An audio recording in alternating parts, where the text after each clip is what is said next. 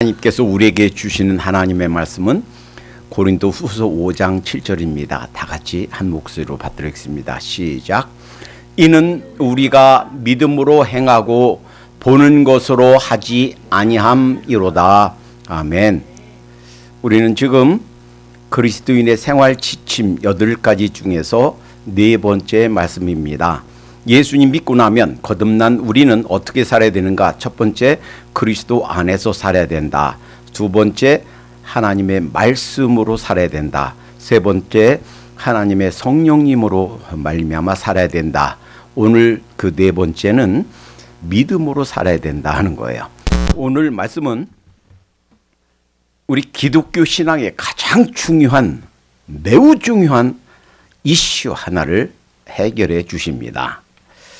그 이슈는 이런 거예요. 로만 카톨릭 교회에 지금 출석하고 계시거나 천주교 신자로 살아왔던 분들은 오늘 말씀 마지막까지 끝까지 잘 경청하시기 바랍니다. 지금 천주교 신앙 안에서 자라온 신앙 배경을 갖고 계신 분들 오늘 말씀에 잘 주목해 보세요. 로만 캐톨릭에서는 지금도 어떻게 하나님의 은혜가 임하는가? 7가지 성례전을 통해서 하나님의 은혜가 임한다 라고 가르치고 믿고 있습니다. 첫 번째 성례예요. 지금 개신교에서 말하는 세례 혹은 침례예요. 세례 받음으로, 성세 받음으로 구원받는다 하는 거예요. 두 번째는 견진성사입니다.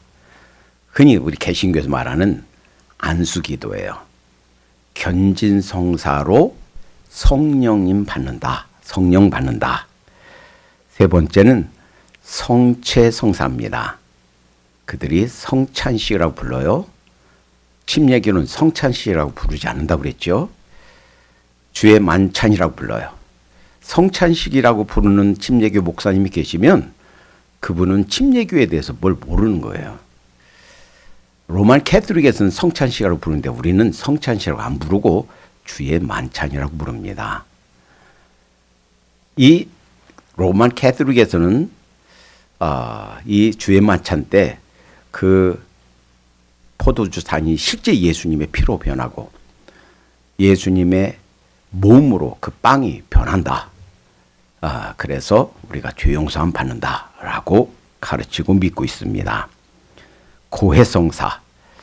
우리가 자범죄를 지면 그것은 신부님에게 고해성사를 해서 용서해 주세요. 이런 죄를 졌어요. 하면 그 신부님이 하나님께 아래서 용서받는다. 이런 죄를 용서받는 것이 고해성사예요. 병자성사. 이제 죽음이 임박했어요. 그러면 그 사람 영혼이 천국에 가도록 기도해 주는 거. 병자성사예요. 혼인성사. 흔히 말하는 결혼식이에요. 그리고 신품성사.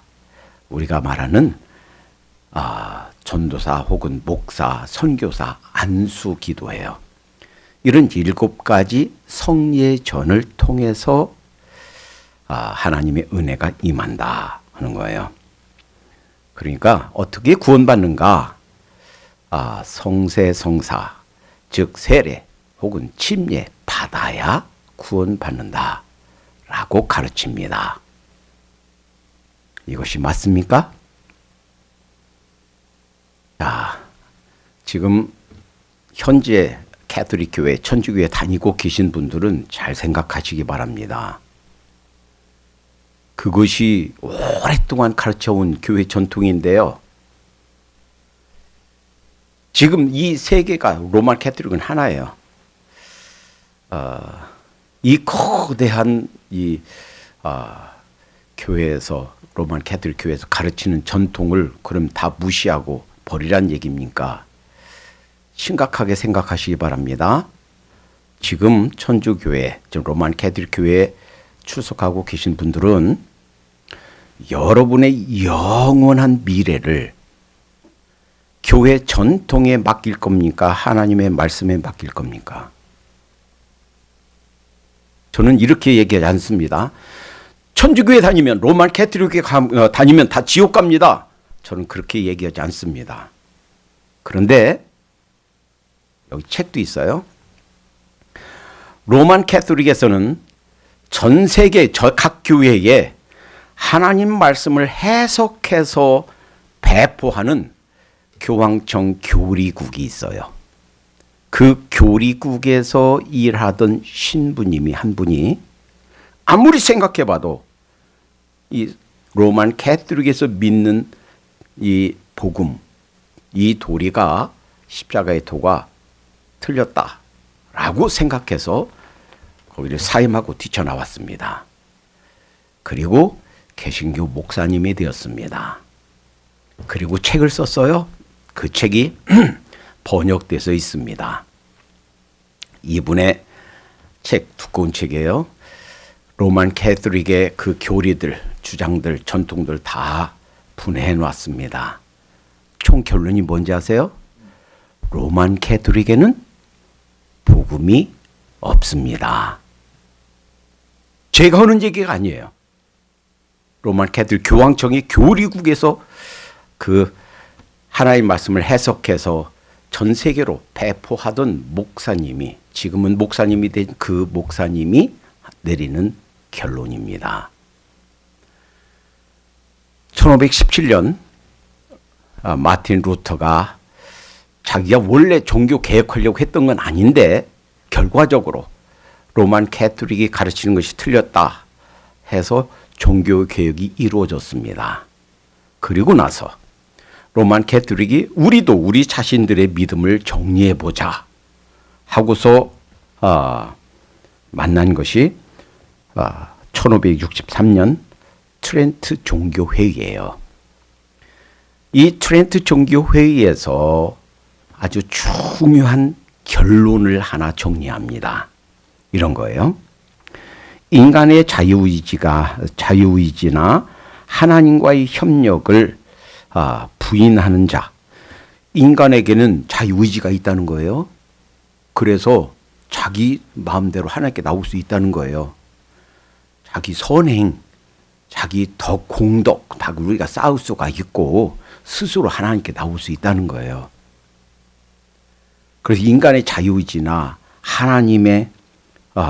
하나님과의 협력을 부인하는 자는 저주를 받을지어다. 이것이 1563년 트렌트 종교회의에서 내린 결론이에요. 그러니까 인간의 선행, 자유의지 이것이 하나님과 협력한다 하는 거예요. 개신교에서는 어떻게 믿습니까? 에베소 2장 1절 허물과 죄로 죽었던 너희를 살리셨도다. 개신교에서는 인간의 자유, 구원받는 데 있어서 우리 인간의 자유가 할 것이 없다. 실제로는 영적으로 죽어 있다. 살아있지만 영적으로 죽어 있다. 그래서 허물과 죄로 죽었던 너희를 살리셨도다. 이렇게 말하고 있어요. 여러분, 지금도 로만 캐톨릭에서 혈심을 내고 있는 여러분들이 평생 동안 어떻게 섬겨왔고 어떻게 로만 캐톨릭 교회에 말부되어 있는지 저는 알지 못하지만 아주 깊이 관여되어 있는 분들도 심각하게 생각하시기 바랍니다. 여러분의 영원한 미래를 불투명한 캐톨릭 전통에 맡길 것입니까? 살아있는 하나님의 말씀 위에 둘 것입니까? 심각하게 생각하시기 바랍니다. 여러분, 구원이 하나님의 은혜와 우리 인간의 착한 행위, 선행이 협력해서 이루어지는 건가요? 성세 받음으로, 흔히 침례 받음으로 구원받나요? 아니에요. 이 부분에 있어서 믿음이 무언가 로마서 10장 9절 10절에 아주 명쾌하게 선언해 놓으셨습니다. 내가 만일 내 입으로 예수를 주로 시인하며 입으로 예수님, 제가 제 인생의 주인이었었는데 예수님이 바로 제 주인이십니다. 이렇게 예수를 주로 시인하며, 또 하나님께서 그를 죽은 자 가운데 살리신 것을 내 마음에 믿으면, 예수님이 십자가에서 돌아가신 것은 내 죄를 대신해서 나의 죄값을 치루신 대속의 죽음이십니다. 그것을 믿습니다. 그 예수님이 십자가에서 죽으셨다가 부활하셨습니다. 살아나셨습니다. 제가 믿습니다. 마음에 믿으면 구원을 얻으리니 그랬어요. 사람이 마음으로 믿어 의에 이르고 입으로 시인하여 구원에 이르느니라. 캐톨릭 전통이 아무리 중차대하다고 생각된다 한들 하나님의 말씀을 능가하지 못합니다. 이 말씀에 의하면 로만 캐톨릭의 가르침, 구원관 틀렸습니다. 속히 여러분이 속해 있는 로만 캐톨릭에서 박차고 나오시기 바랍니다. 여러분의 영원한 미래가 달려있는 심각한 일입니다.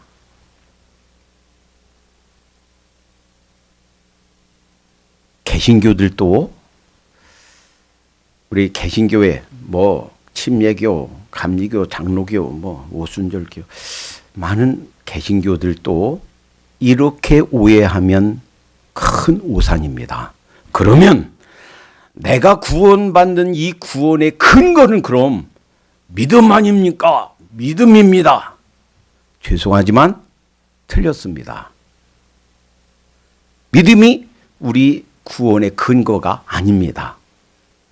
우리 구원의 근거는 예수님이 십자가에서 이루신 대속의 죽으심이에요.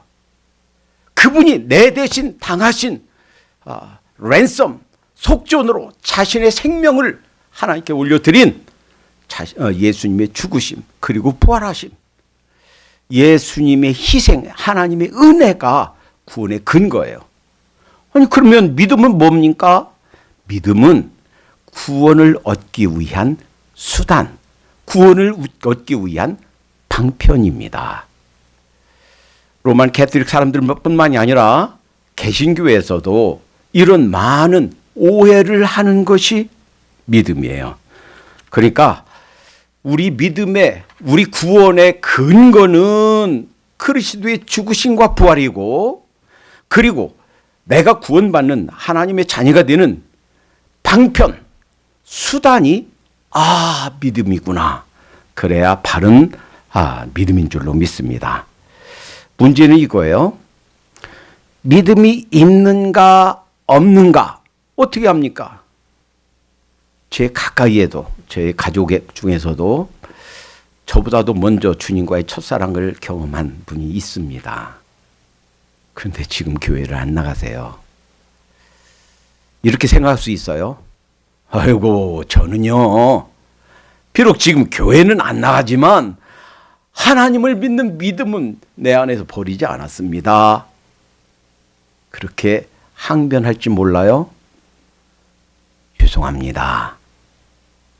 그 마음속에 믿는 것만으로는 그냥 믿음이 있다는 증거가 없는 겁니다.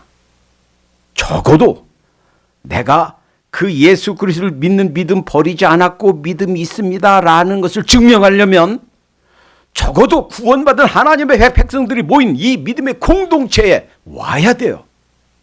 그래서 이 하나님께 함께 예배드리는 예배에 동참하고 하나님께서 말씀에서 명령하신 것을 순종하고 따르고 실천하고, 그래야 하나님 앞에, 그리고 우리를 송사하는 저 악한 자들 앞에 내가 하나님의 자녀다라는 공식적인 증거가 있는 줄로 믿습니다. 이렇게 우리가 교회에 와서 함께 예배드리고 믿음의 공동체에서 함께 어울리는 거 아무것도 아닌 것 같죠? 천만의 말씀이에요. 굉장히 중요합니다.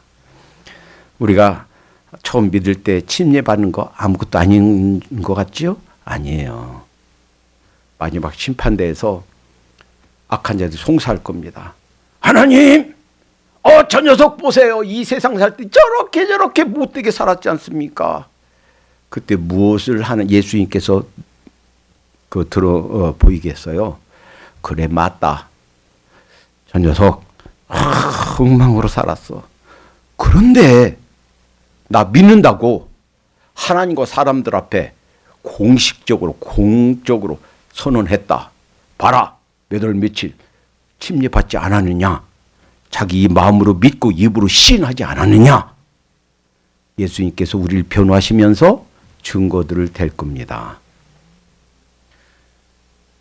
1년 내내 교회도 한 번도 참석하지 않고 하나님을 위해서 하나님께 경배드리지도 않고 내가 예수님 믿는다는 아무런 순종의 표시도 없고서 우리를 믿는 사람이라고 간주해 주지 않는다는 사실을 기억하십시다.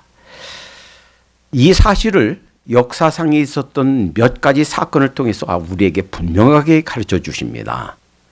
물론 아브라함을 부르시고 약속을 주신 것은 창세기 12장이에요. 그런데 하나님께서 그 아브라함을 통해서 하나님의 역사를 이루어가신 결정적인 그런 축복 실행의 시작은 창세기 22장, 자기 아들, 독자 아들 이삭을 번제로 드리라 하는 사건에서부터 시작합니다. 물론 아무리 생각해도 아브라함도 그 이삭도 하나님께서 우리를 다시 살리신다 하는 부활의 신앙을 가졌던 것이 틀림없어요. 왜? 사실 이 이삭이 아주 어린 나이가 아니에요. 적어도 10대 후반, 20대 초반 됐을 나이예요. 그러니까 아버지가 100살이 넘은 아버지가 자기를 꽁꽁 묶어서 거기다 단에다 놓고 죽이려고 칼을 빼잡을 때 그 도망칠 수도 있었고 반항할 수도 있었어요. 아버지 손 턱 잡고, 아버지, 아니 저를 잡으시게요? 양 대신 용소 그 짐승은 없는데 저를 짐승 취급으로 저를 죽이시게요? 도망치든지 아버지 손 턱 잡았으면 그거 순종하지 못했어요. 그러니까 이렇게 우리가 합리적으로 추측할 수 있어요. 아하, 이삭도 아브라함도 우리를 죽이신다 할지라도 다시 살리시는 부활의 하나님이시구나. 우리 생명을 쥐고 계신, 하늘과 땅의 권세를 쥐고 계신 하나님이시구나. 이걸 믿은 줄로 믿습니다. 그러니까 거기 잡혀서 죽으려고 그랬고, 그러니까 거기에서 그 아들, 100세에 난 아들을 잡으려고 칼을 빼들었던 거예요.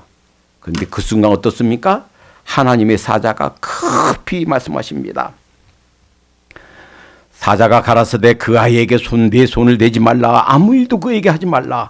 내가 네 아들 독자라도 내게 아끼지 아니하였으니 내가 이제야 내가 하나님을 경외하는 줄을 아노라.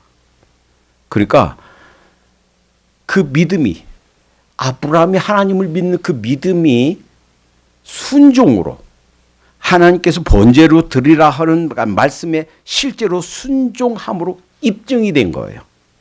그리고서 다시 한번 약속을 주십니다. 창세기 22장 18절, 또 내 씨로 말미암아 천하 만민이 복을 얻으리니 이는 내가 나의 말을 준행하였음이니라. 순종했기 때문에, 실제로 믿음이 있다는 것을 보여줬기 때문에 너를 통해서 만민이 복을 받는다. 이 약속이 성취되어서 여러분과 제가 하나님의 아들과 딸이 된 줄로 믿습니다. 유대인뿐만 아니라 이방인들까지 전 세계 모든 사람들이 이 약속의 성취로 우리가 하나님 백성이 된 거예요. 또 한 사건이 있습니다. 예수님이 니고데모가 왔을 때 야밤에 찾아왔어요. 자기가 사내들인 공회원이니까. 그러니까 국가의 대소사를 결정하고 실행하는 입법, 사법, 행정의 최고 기관인 사내들인 공의회, 이를테면 국회의원이에요. 왕이 없으니까 그 사람들이 70여 명, 그 사람들이 다 나라를 운영해 가요. 그 중에 한 명이니까 지식도 있고 덕망도 있고 신앙도 있고 율법도 잘 알고 하는 사람인데, 예수님 보니까 이분은 정말 하나님께서 오신 메시아 아니면 할 수가 없어. 이런 일을 보고 밤에 찾아온 거예요. 그때 예수님이 여러 말씀을 주셨죠. 성경 전체의 요약이라고 하는 요한복음 3장 16절 말씀을 주셨죠. 그 말씀 주시기 직전에 이상한 말씀을 주십니다. 요한복음 3장 14절에 모세가 광야에서 뱀을 든 것 같이 인자도 들려야 하리니. 이 사건은 민수기 21장 8절 9절에 있었던 이 사건을 들어서 설명해 주신 겁니다. 자, 그때 어떤 사건이 있었어요? 원망했습니다. 그러니까 이스라엘 사람들이 원망하니까 사막에서 불뱀이 나와서 이스라엘 사람들 막 물었어요.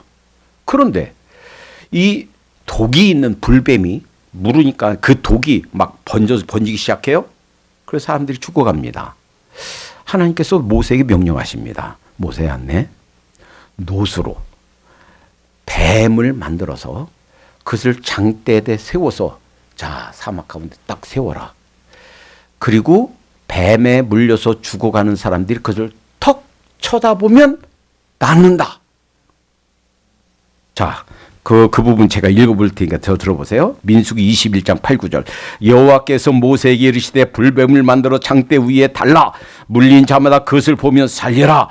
모세가 놋뱀을 만들어 장대 위에 다니 뱀에게 물린 자마다 놋뱀을 쳐다본 즉 살더라. 이상하죠? 적어도 우리 상식으로 치면 뱀에 물려서 죽어가면 어떤 약초를 이겨서 거기다 바르든지 아니면 뭐 거기를 상처 내고 독을 좀 빨아내든지 해야 살 것 같은데 놋뱀을 쳐다보래요. 실제로 놋뱀을 쳐다본 사람은 살았고 순종하지 않고 그게 무슨 소용이 있어. 그걸 쳐다본다고 살아. 고집 세우고 쳐다보지 않은 사람은 죽었습니다. 이 사실을 언급하시면서 인자도 나도 나무에 달려야 된다. 즉 예수님이 십자가에서 돌아가실 것을 미리 말씀하신 거예요. 우리 인간의 모든 인간들의 죄를 용서해 주시기 위해서는 그 예수님이 대신 십자가에서 그 죄짐을 지고 돌아가시는 우리 대신 죄값을 페이오프 하시는 그 죽음이 있어야 된다라고 하는 것을 가르쳐 주신 거예요. 그러니까 우리가 구원받는 그 구원의 근거는 바로 십자가예요. 그러나 그 십자가만 있다고 저절로 구원받는 게 아니에요. 심지어는 그렇게 믿는 사람들도 있어요. 예수님이 세상 모든 사람들을 위해 돌아가셨으니까 어로메리컬리 꼭 교회에 가든 안 가든 구원받습니다. 유니테리안 이렇게 주장하는 사람도 있고 지금 교단도 있어요. 교회도 있어요. 그렇지 않습니다. 예수님이 세상 사람들을 위해 돌아가셨지만 죄값을 치르셨지만 순종해야 돼요. 쳐다봐야 돼요. 뱀을 쳐다보는 것이 뭐냐? 그게 믿는 거예요. 우리 마음속에 믿고 입으로 시인한 거예요. 제가 믿습니다. 그리고 그 예수님 모셔드립니다. 제가 주님을 믿기로 결단합니다. 라고 모셔드리는 거예요. 이게 순종이에요. 믿음으로 행한다. 이것은 오늘 본문에 뭐라고 그러냐면 우리가 믿음으로 행하고 보는 것으로 하지 아니함이로다 그랬죠. 믿음으로 행하는 것의 반대는 보는 것으로 행하는 거예요. 여러분 가끔 이렇게 말하시는 분들이 있죠. 하나님 어디 계십니까? 하나님 계시면 한번 좀 보여주세요. 사진 찍어서 보여주세요. 그러면 믿겠습니다. 그러신 분들이 있죠. 근데 가끔 이래요. 보이는 것이 다가 아닙니다.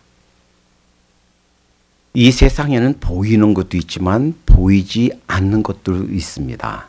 자, 이 안에 만약에 이것이 없으면 우리 잠시도 단 5분도 여기서 살지 못하고 죽습니다. 그게 뭐예요? 산소예요. 여기에 산소가 많이 있으니까 우리가 죽지 않고 여기서 살고 있는 겁니다. 산소가 눈에 보이나요? 안 보여요. 산소를 잡을 수 있나요? 못 잡아요. 만져지지도 않고 보이지도 않고 그렇지만 산소가 있어요. 어떻게 할 수 있나요? 내가 죽지 않고 지금 숨쉬며 여기 살아있다 하는 것이 산소가 실제로 존재한다는 증거예요. 이렇듯이 지금 엊그제도 지금 군산에서 맨홀 속에 들어갔다가 결국엔 2명이 돌아가셨죠. 사고를 당했어요. 맨홀에 들어갈 때는요, 이건 전 세계적으로 자주 있는 사고입니다. 그러니까 아무것도 없는데 그 맨홀 속에는요, 우리가 생각지도 못했던 거기에 독한 가스가 황화수소, 일산화탄소, 이산화탄소가 있어요.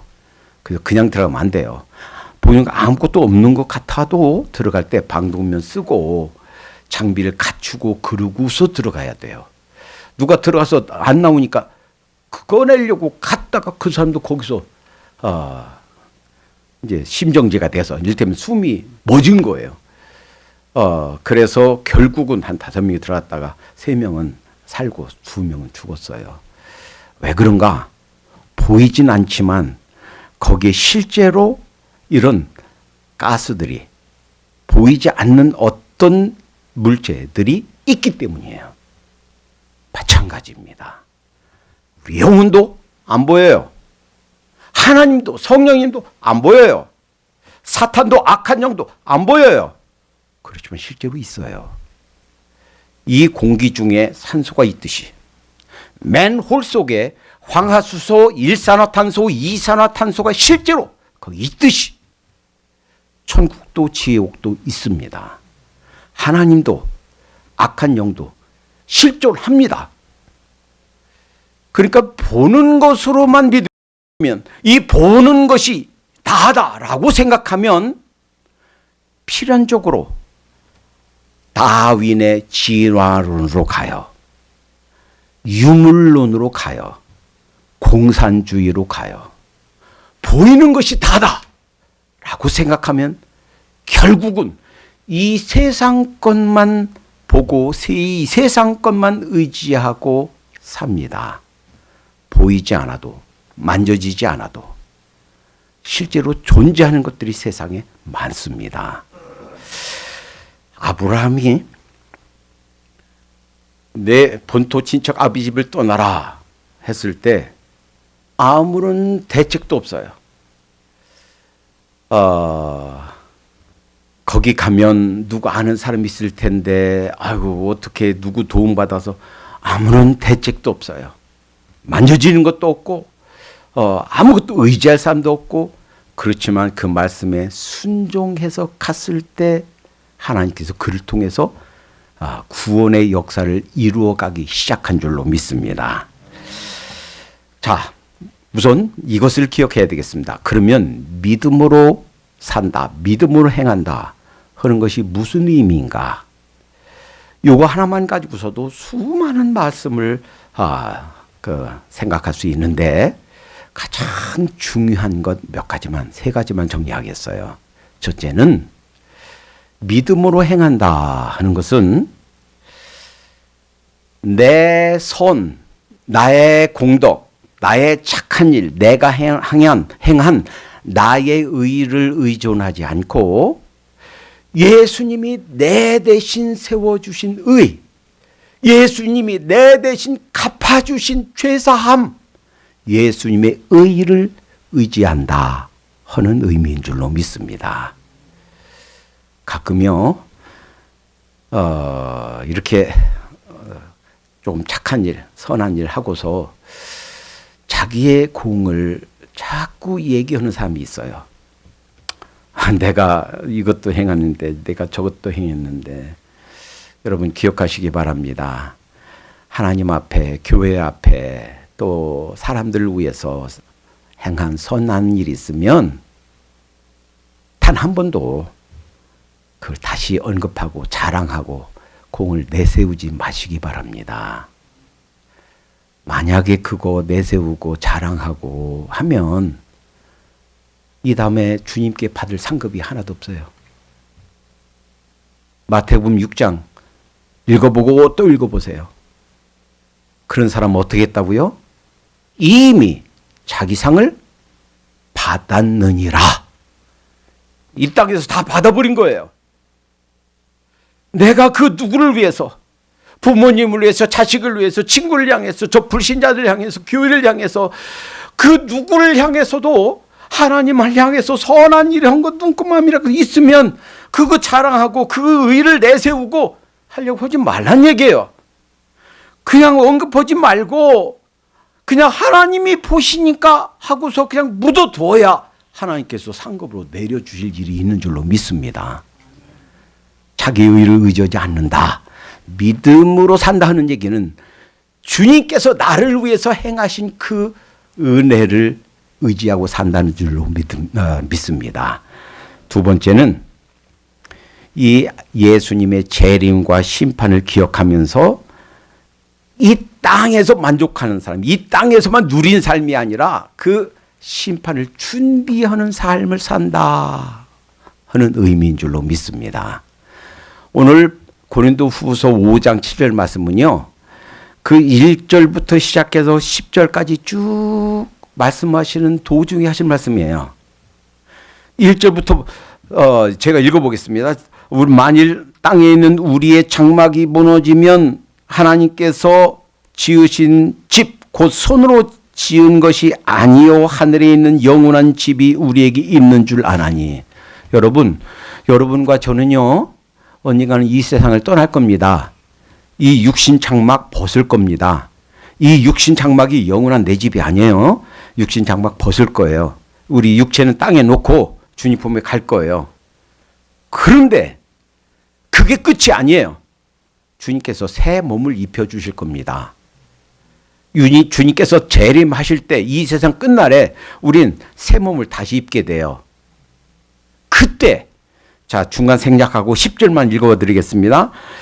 고린도후서 5장 10절이에요. 이는 우리가 다 반드시 그리스도의 심판대 앞에 드러나 각각 선악간에 그 몸으로 행한 것을 따라 받으려 함이라.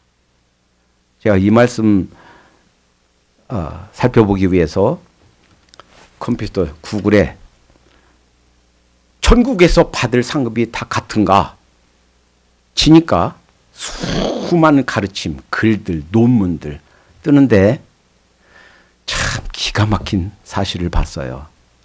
지금 대한민국의 정통 교단이라고 하는 그 신학교의 교수님들이 천국에서 상급이 다 같다라고 글을 써놓은 사람들이 있어요. 그렇게 가르치는 목사님들이 있어요. 천국에서 상급이 다 같은가요? 천만의 말씀이에요. 아침 9시에, 아침 12시에, 낮 12시에, 3시에, 5시에 온 일꾼들이 다 똑같이 한 데나리온 받았다. 그것은 우리가 받을 상급에 대한 말씀이 아니에요. 우리가 받을 구원에 관한 말씀이에요. 이 구원은 똑같습니다. 예수님이 돌아가실 때 십자가에 못 박혀 있었던 강도가 받은 구원이나 평생 동안 선교하고 그렇게 고난당하면서 선교한 사도 바울이나 십자가에 거꾸로 못 박혀 죽은 베드로나 그들이 받는 구원은 같아요. 그 구원이 같다는 거지 상급이 같다는 얘기가 아니에요. 제가 다시 한번 읽어드립니다. 고린도후서 5장 10절. 이는 우리가 다 반드시 그리스도의 심판대 앞에 드러나 각각 선악간에 그 몸으로 행한 것을 따라 받으려 함이라. 우리가 세상에 살 때 그냥 세상 것만 따라다니고 세상 것만 모으고 그냥 세상 즐거움과 세상의 안락만 따라 살았는지, 아니면 정말 우리의 시간과 물질과 우리의 남은 은사 가지고 주님을 위해서, 하늘나라 확장을 위해서, 잃어버린 영혼들을 하나라도 구원하기 위해서 애썼는지 달라요. 받을 상급이 달라요. 어떤 때는 이 말씀 생각하면서 막 몸이 저려와요. 아무리 생각해봐도 제가 평생 살아온 거 하나님 앞에 받을 상급이 하나도 없는 것 같아. 이대로 주님 품에 가면 부끄러워서 어떡하지?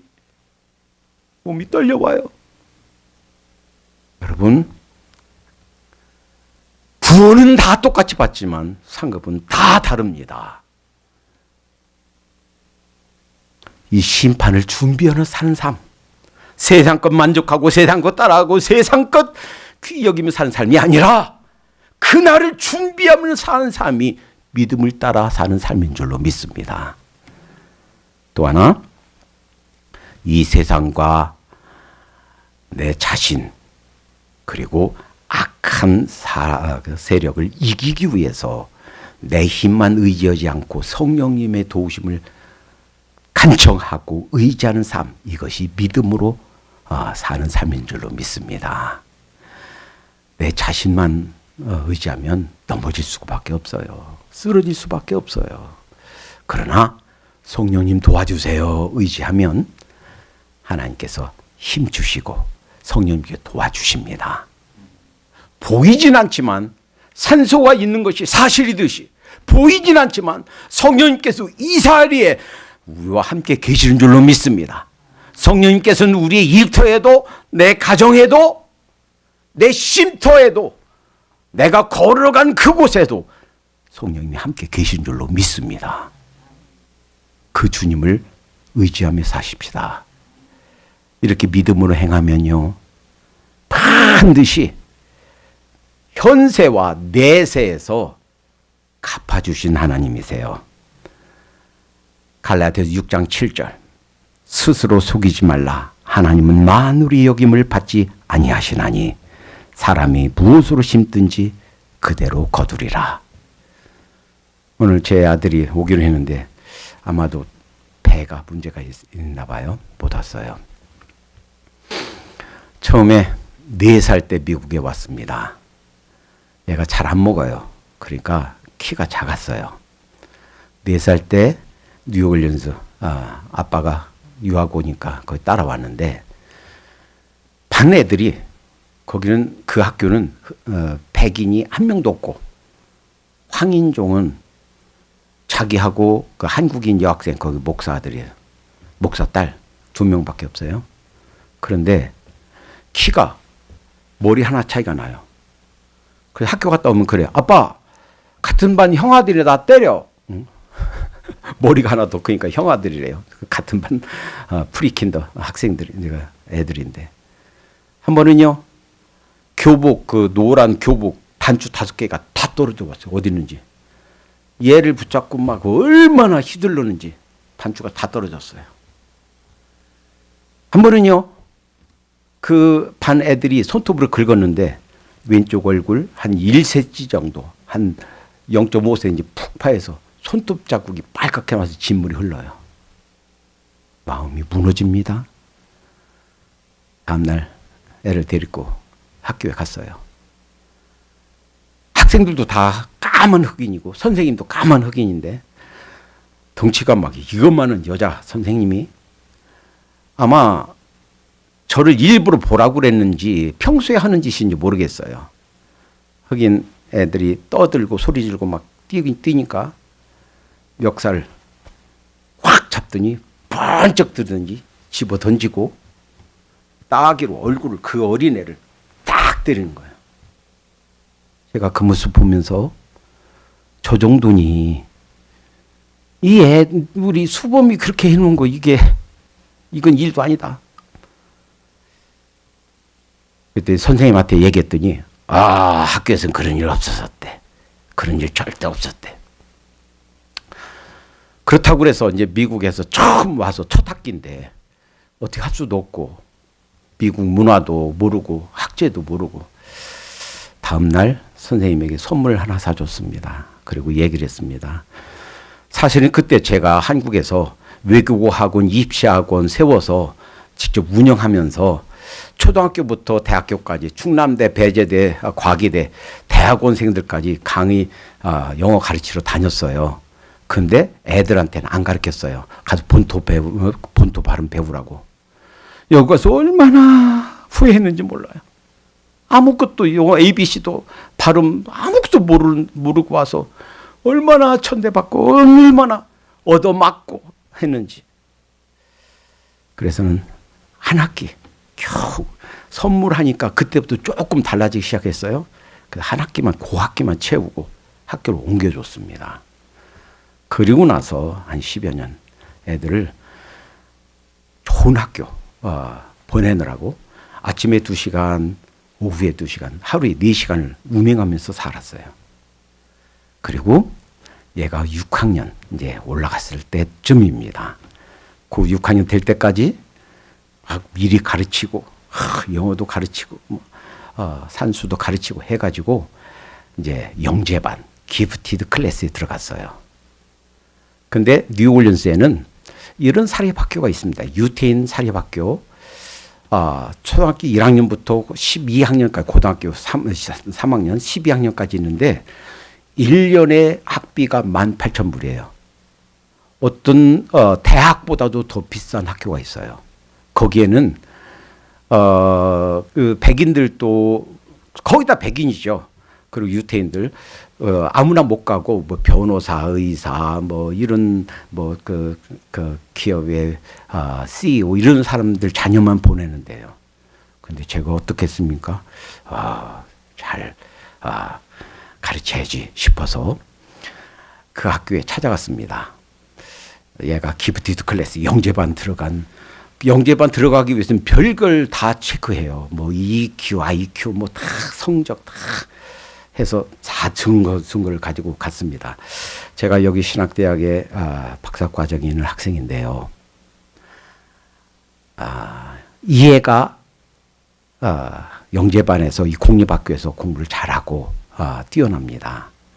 내가 당신의 학교를 보내야 되겠는데 학비가 없습니다. 18,000불이 없습니다. 혹시 이 애가 당신의 학교에 온다면 당신의 학교 이름을 빛내줄 겁니다. 그랬더니 혹시 받아주겠습니까? 그랬더니 그 입학 담당 선생님이 잠깐 여기 기다려보세요 하면서 준비해온 서류들을 다 가지고 검토해 보는 거예요. 그리고 직접 교장 선생님과 가서 상의하는 거예요. 한 10분 15분 정도 기다렸더니 저한테 이렇게 묻는 거예요. 그러면 1년에 학비가 18,000불인데 얼마를 낼 수 있습니까? 학비로 1년에 얼마 낼 수 있습니까? 아니 생각해 보니까 저도 학비를 내야 되고 애들 생활도 해야 되고 근데 어떻게 내요? 그런데 하나도 못 낸다 그러면 벼룩도 낯짝있다고. 그래서 1년에 1,000불은 낼 수 있습니다. 그랬더니요. 그러면 1년에 1,000불만 내고 학교에 입학시키십시오.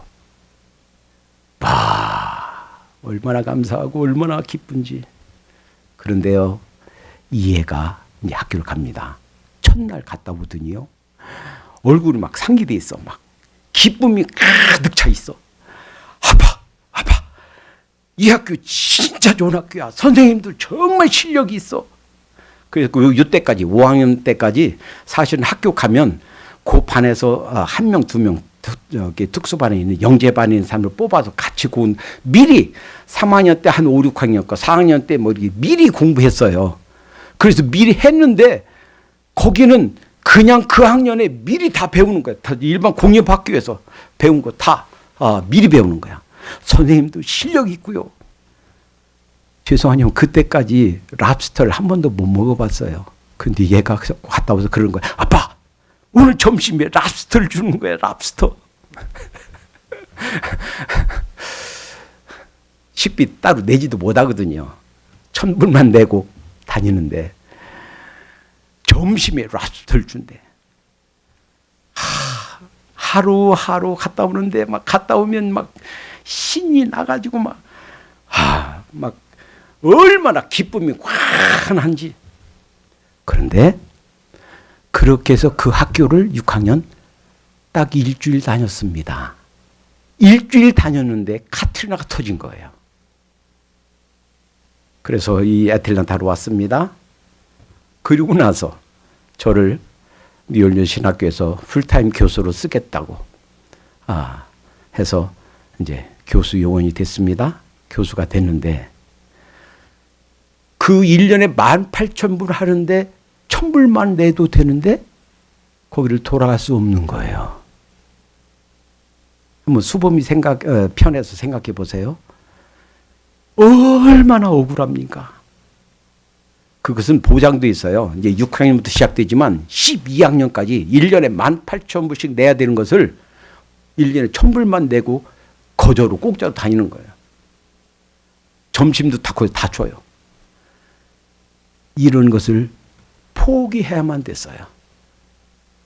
그런데요, 여기 와서 이제 그 공립학교에 다니면서 어렵게 처음에는 인종차별을 대놓고 하니까 그래서 제가 얘기했어요. 수범아, 사립학교 보내줄까? 그렇게 인종차별을 신음하면 너네 어떻게 하겠니? 그랬더니 이러는 거예요. 아빠, 어차피 이 인종차별은 죽을 때까지 내가 미국에 사는 한 겪어야 돼. 지금 중고등학교 때 미리 겪고 내가 극복하는 힘을 기를게. 그렇게 해서 여기서 다녔어요. 그리고 나서 10학년쯤 됐을 때 누나가 아이비리그에 합격해도 뉴욕 유니버시티가 고등학교 재학생들이 가길 원하는 그 1위 학교였어요. 거기에 메디컬 트랙, 그 의대에 합격했는데 못 보냈어요. 1년에 49,500불 미리 내래요. 일시불로. 교수 월급 다 하나도 안 쓰고 모아도 그 못 내요. 못 내고 말았어요. 그랬더니 이 사실을 듣고 이 사실을 보면서 충격을 받은 거예요. 그리고서 10학년 때부터 시작해서 공부를 하는데 제가 공부하라고 한마디도 안 했습니다. 밤새 3시까지 공부하는 거예요. 6시에 깨서 영교시, 다른 애들 수업 시작하기 전에 가서 AP 클래스 또 듣고 시작해요. 일주일 내내 3시간 자는 거예요. 그리고 금요일 저녁부터 와서 밥도 안 먹고 자서 다음 주 토요일 날 점심 때까지 자고서 그때 밥 먹고 또 가서 또 공부하는 거예요. 이렇게 공부하더니 어느 날 자꾸 우태총을 확인해요. 아빠, 나 학교 합격했대. 다른 애들은 입학 원서도 안 내고 있는데 벌써 합격 통지서가 오는 거예요. 그런데 계속 또 걔가 우체통을 확인해요. 아빠, 나 장학생 냈네.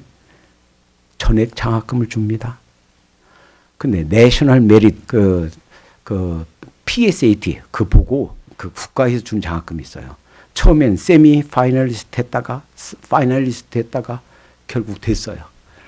그러니까 그 학교에서 주는 전액 장학금, 그 내셔널 메이트에서 준 장학금, 그러니까 기숙사비도 책값도 에브리띵 아무것도 안 내요.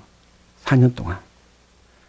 그리고서 이제 졸업하고서 예일대 그 암 연구센터 이제 매니저가 돼서 지 이름으로 제1저자로 나온 책이 대석권 된답니다. 근데 난 그래도 의사가 돼야 되겠어 하고서 그걸 때려치고 와서 시험 공부를 하는데 MCAT, 그것은 이제 SAT 보는 것처럼 보는 고사가 있어요. 전국에서 0.01%에 속한대요. 그러니까 거의 만점 맞은 거예요. 그러니까 이번에 합격한 의대에서 처음에는 해프만 준다고 했다가 스펙 보니까 입학하는 학생들 중에서 이런 스펙이 없는 거예요. MCAT 시험 점수 좋지, 또 지 이름으로 예일대 암연구센터에서 제1저자로 대여수권 책이 나왔지, 이런 스펙이 없는 거예요. 그러니까 다시 연락해서 다른 데 갈까 봐 전액 장학금을 주겠다. 그래서 엊그제 전화 와서 아빠, 나 전액 장학금 준대. 그 순간, 그 소리 듣는 순간 하나님께서 보상해 주시는구나. 그 옛날 18,000불 내고 중학교, 고등학교 공짜로 다닐 그러한 그 포기했는데 아빠가 멸륜신학교 한국부 만든다고 그 학생들 지도한다고 포기했더니 희생했더니 하나님께서 이런 모양으로 갚아주시는구나. 여러분, 주님 위해서 믿음으로 산다면 보이진 않고 잡히는 건 없어도 예수님 때문에 그날을 준비하면서 내 것을 희생하면서 살면 결국 갚아주십니다. 이 땅에서도 갚아주시고 주님 품에 가서도 우리가 희생한 거, 손해본 거, 억울한 거 다 갚아주실 줄로 믿습니다. 믿음으로 사십시다. 기도합니다. 사랑의 하나님 감사합니다. 이 세상 보이는 것이 다가 아닌 줄로 믿습니다. 우리 모두 믿음으로 살 수 있도록 인도해 주시옵소서. 잡히는 것 없이 그럼에도 불구하고 하나님께 순종했을 때 그 아브라함의 순종을 통하여 만민이 구원받는 이 은혜에 이른 것처럼 주님, 오늘 우리가 이 세상 떠나기 전까지 이 믿음으로 날마다 순종하며 사는 삶이 되게 해 주시옵소서. 예수님의 이름으로 기도하옵나이다. 아멘.